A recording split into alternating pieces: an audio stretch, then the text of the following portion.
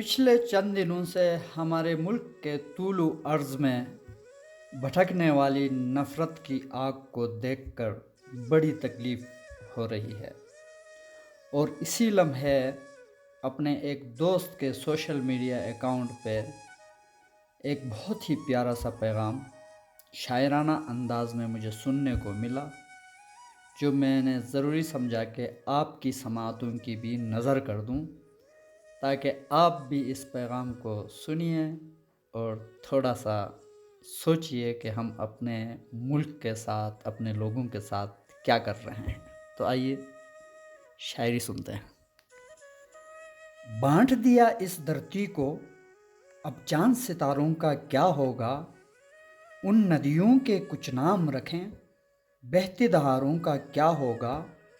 شیو کی گنگا بھی پانی ہے اور آب زمزم بھی پانی ہے، ملا بھی پیے پنڈت بھی پیے، پانی کا مذہب کیا ہوگا؟ ان فرقہ پرستوں سے پوچھو، کیا سورج الگ بناؤ گے؟ ان فرقہ پرستوں سے پوچھو، کیا سورج الگ بناؤ گے؟